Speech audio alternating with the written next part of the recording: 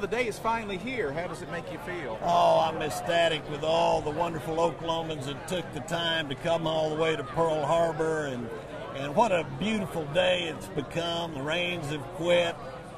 What a great memorial we have here. And you know what I want to say is that the Centennial started with the dome after 80 years of finally putting that together. And now at the end of the Centennial year, to be here at the memorial and to complete this memorial during the Centennial year is more than my dreams come true. So for all of Oklahomans, this is the greatest day for the Centennial we've had. What do you think of this memorial? I love it. I think it's just wonderful that we've had a chance to really get down and put the names and the names to each one of the individuals, and it's such an exciting time for their families, and I'm just delighted. It's wonderful. Thank you. That was a nice ceremony. What'd you think? Oh, it was a beautiful ceremony. It was a moving ceremony.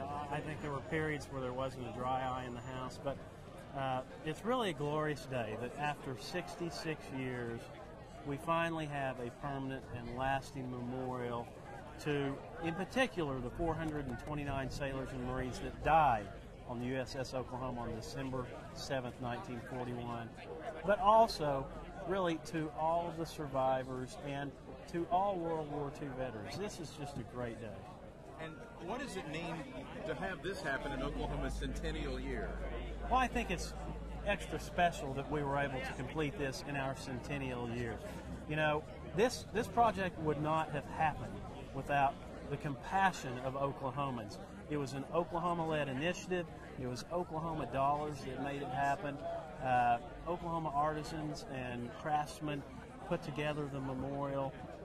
And it's but for the compassion of Oklahomans, we wouldn't be here today to celebrate and honor those that so selflessly served on the USS Oklahoma and so many who so courageously died, so that we may all continue to enjoy the freedoms that we so cherish.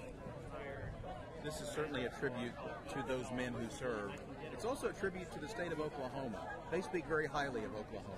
Yeah, I think Governor Lingle from Hawaii hosted us this week, and I think she's just been taken aback at the effort that Oklahoma and Oklahomans put into this.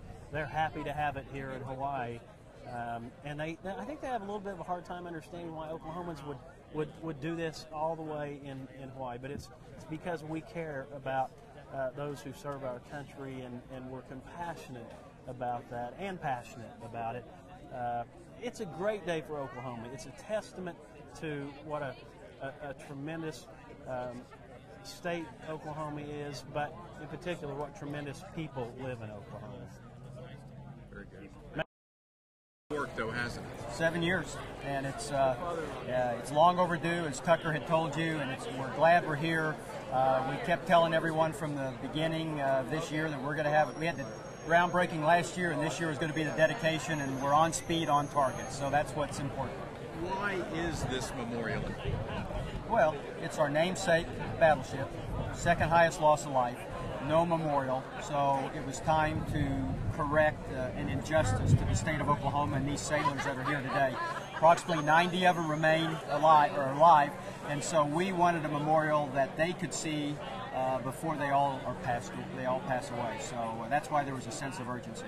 What do you think when you see them here, walking around, taking a look at this back at Pearl Harbor? It's just hard for me to just visualize that right over where the Missouri is where the Oklahoma was resting on December 7th.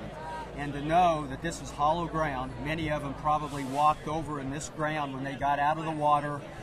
Bombs are dropping, torpedoes are in the water, and to know that they were here 66 years ago, and now we have a memorial to their fallen shipmates. Great, thank you. Look around out here? Just got here and I haven't seen any of it, just what I'm looking at now. I just arrived a while ago. What does it mean to you to have this memorial here? Oh, it's a great deal. I wish they'd have had it long ago, but better late than never. And I got to pay my respects to the 429, and that's the reason I'm here. And you think it's important for their families as well? Oh, You need. oh, wonderful. It's wonderful for them. It's, when they come to Hawaii, they'll have this for the big scene, you know. They can come here and see their relatives, and it's wonderful for them. And there's so many of them today that will never forget it. Where were you when the Oklahoma was attacked? I was on the third deck in the after end of the ship in the carpenter shop. And I went out of the ship after when the ship was over quite a bit over rolled over. And when I left that ship, the water was coming in the hatch that I was going out of. And I made that out before she went completely down, but I was so close to her, she pulled me down with her. When she went down, and then before she hit bottom, she blew me back up. So that was a memorable part of my life. I had a good friend that passed away. I went to the services in Colorado a couple of months ago, Wesley Potts. He had 2 planks under his arm to stand afloat with. He gave me one. We knew each other on the ship. He gave me one, and I've always told him it saved my life, because after going to the bottom and coming back, my lungs was empty. I was bad shape. So I floated around on that plank until a motor launch picked me up, took me to the surface. I had a few experiences while I was in the water. One of them, I was going back to the ship. She'd already rolled over. I was going to climb up on the hull of the ship, and a high-altitude bomber went over and dropped the bomb. And it was for one of the battleships, the West Virginia. The bomb hit a small boat loaded with survivors. They went up and I decided I was going in the wrong direction. I got toward the middle of the harbor. And I went on from there into the sub-base.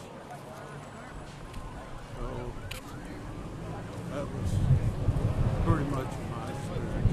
Did you swim to the sub-base? No, the motor launch picked me up about halfway over. In fact, there was a line trailing from the center of the boat. I thought they were going to stop and pick me up, but when he was going on by, I turned the plank loose and swam real quick over and grabbed the line. And they was towing me behind the boat for about a few hundred yards before somebody noticed me. They hollered, "Oh, we got a man." So they stopped and pulled me aboard. And they took me the rest of the way into the sub-base in the boat. Then I shipped out on a destroyer Sunday night. Around midnight, I got aboard USS Phelps, a destroyer. We got underway at 4 o'clock in the morning. I didn't come back into Pearl till 10 days later.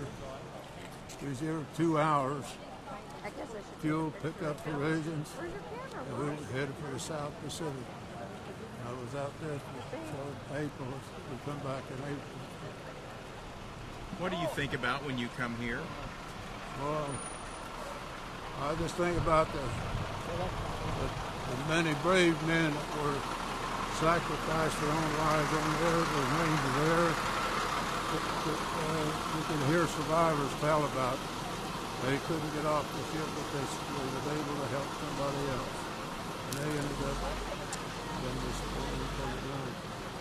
they were a lot of not only on the ship, but in the water. They just, anyone that could help another, What kind of a relationship do you have to the families of those that died? Oh,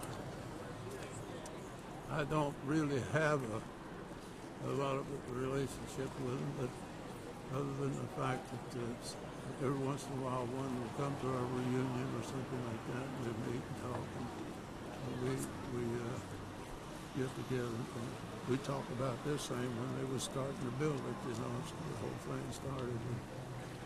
And that's about the only thing. I'm just glad that it's here, that I won't be here too long, but they will be. And this is always a waste when they come to Hawaii for a vacation. This is one of the main scenes right here. They'll be company. Thank you very much. First name is Richard, but aboard ship I was called Doc. Doc. Yeah. How'd you get that nickname? Well, I worked in the hospital division aboard ship. I'm a retired Master Chief Navy Hospital Corpsman. I spent all my life, military life, working with patients. Where do you live now? In Santa Clara, California. I've been there for quite a few years. Retired from the Navy. And the Naval Air Station, Moffett Field, was my last duty station. Do you have an opportunity to come back here often? I was here last year for the groundbreaking, and yes, well, we have come to the visitor center in years past. Yes, half a dozen times. Made the 50th anniversary, 55th, 60th, and 65th. What do you think of the memorial? I love it. It's actually, I think of it as our gravestones, you know, because they're buried out in the punch bowl in graves that are marked unknown. Well, now they're known. So I really like this memorial. What does it mean to you survivors to see this finally put here? Well, to me, it's closure. Finally, after all these years, some unfinished business has now come to an end. It's completed. And these guys now, well, their families could come to this place and spend some time, just like if they were at the grave. I think of these as virtual gravestones tied to the punch bowl graves, which will always remain unknown back there. There's certainly a kinship now. What was life like on the ship, the USS Oklahoma, at that time? When I got out of boot camp, the trade school officer told me he wanted to send me to the hospital corps school. I didn't like that idea. He says, I don't have any choice, I'm going. Well, I got aboard the Oklahoma, and boy, was I glad that he did that, because the way I lived compared to the rest of the crew, I had the life of Riley. Because I had a inner-spring mattress to sleep on, and which inside the sick bay, you know. And my duties, of course, I started out in the dressing room, working with the doctor, and then worked my way up. I was in charge of surgery for 6 months or so, and on the December 7th, I was a medical office clerk, and did all the typing and all that kind of stuff for the ship. Where were you when the attack occurred, and how was it that you were able to survive? Well, in the office, and I'd finished typing the daily reports and posted them, and I was wrapping Christmas presents to send home when we got the word that we were being attacked. Well, at first I couldn't believe it, you know, but I picked up my first aid kit and went to my duty station, which was after battle dressing station on the third deck.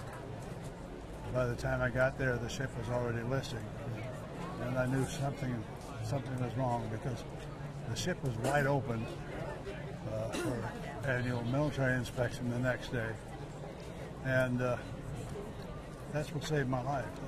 The ammunition loading hatches that had an entry from the third deck up to the weather deck. The second deck didn't have any entry on those hatches, and I was on the third deck. And when the ship, well, about 45 degrees, there was about 15 of us down there, and this was the damage control crew and after battle dressing. We got into that ammunition loading hatch. And when it became my turn, I didn't have to climb the ladder. I walked up the bulkhead. And when I got outside, I stood on the side of number 4 turret, realized I still had my first aid kit, dropped it, kicked off my shoes, and because the ship was like that coming down on top of me, and dove into the water and swam like hell until I get out from under, which I did. And here I am, you know. Yeah. So that's it. How old were you then? 23. Yeah. Thank you very much. Oh, yeah. Yes, I did. How did that feel? Well, it was already hooked up. I didn't even have to hook it up. We used to pride ourselves in getting the flag up in 1 or 2 seconds, and now they keep telling me to go slower, go slower, go slower. It was entirely different than when we were in the Navy raising signal flags. But it was very sentimental, and it was a little bit hard lowering it. Is this what you expected? I don't know what I expected, but it was wonderful. Yeah, it was beyond expectations, yes. They did a very good job. Great. Thank you. That was beautiful, wonderful, and after all these years, we finally have a memorial for those who died for our country. Was that about what you expected it would be? No, it's not quite, but it's whatever they would do to remember them is well worth it. So it's beautiful. It makes me cry when I was on the band and with some of the musicians that died. But anyway, I was fortunate to be able to escape.